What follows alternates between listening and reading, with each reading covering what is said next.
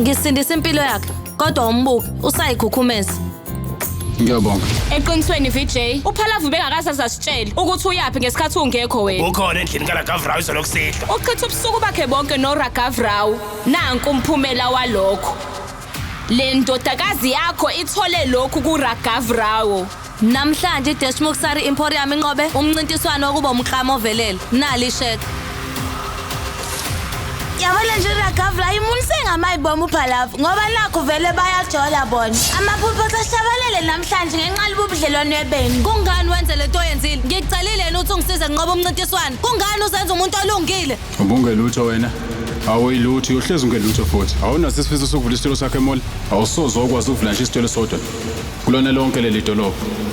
Ngizokuvimba. Elinye Ithuba ngomsombuluko kuze kube yisonto magama nxa ihora lesikhombisa ebusuku ku Star Khanya kuphela.